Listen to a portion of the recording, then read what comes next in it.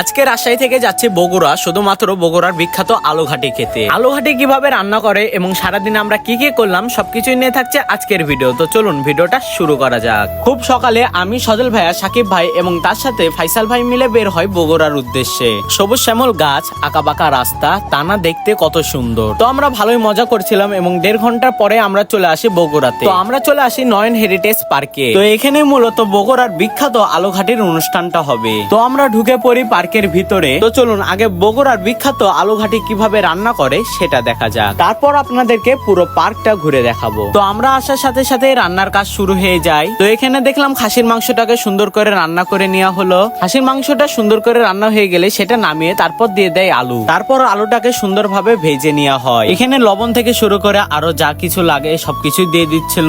রান্না করা দেখে খুবই শখ হচ্ছিল, তাই জন্য আমিও একটু রান্না করে নিলাম। এখানে ভাইয়া দিয়ে দিল খাসির মাংসটা। তো চলুন আলুঘাটিটা রান্না হতে হতে আমি আপনাদের পুরো পার্কটা ঘুরে দেখাই। পার্কের ভিতরে আমি যখন ঢুকি তখন আমার কাছে মনে হয় এটা কোনো বাইরের দেশের পার্ক। সবকিছুই সুন্দর করে সাজানো গোছানো ছিল এবং বাইরের দেশের একটা ফিল পাওয়া যাচ্ছিল। তো আমরা কিছু সময় কাটানোর জন্য উঠে পড়ি প্যাডেল বোর্ডে। তো আমরা ভালোই মজা করছিলাম প্যাডেল বোর্ডে। এদিকে শুনতে পাই আমাদের আলুঘাটিটা হয়ে গেছে। তো এই হচ্ছে আমাদের আলুঘাটিটা। খুবই এক্সাইটেড ছিলাম আসলে খেতে কেমন হবে। তো এখানে সবাই একসাথে বসে যাই, আমিও একটা জায়গা দেখে বসে পড়ি। তো এখানে ভাই আমাকে আলুঘাটি, ডিম ভর্তা এগুলা তুলে দিচ্ছিল। যেহেতু এখনই চুলা থেকে নামালো তাই জন্য খুবই গরম হয়েছিল। তো আমি খেয়ে দেখলাম, খুবই ভালো লেগেছে আমার কাছে। আসলে এমনি এমনি তো আর বগুড়ার বিখ্যাত আলুঘাটি হয়নি এটা। এক কথায় বলতে গেলে আমার কাছে খুবই ভালো লেগেছে এই আলুঘাটিটা। তো এই ছিল আজকের ভিডিও। আপনাদের যদি ভালো লেগে থাকে অবশ্যই কমেন্টে জানাবেন।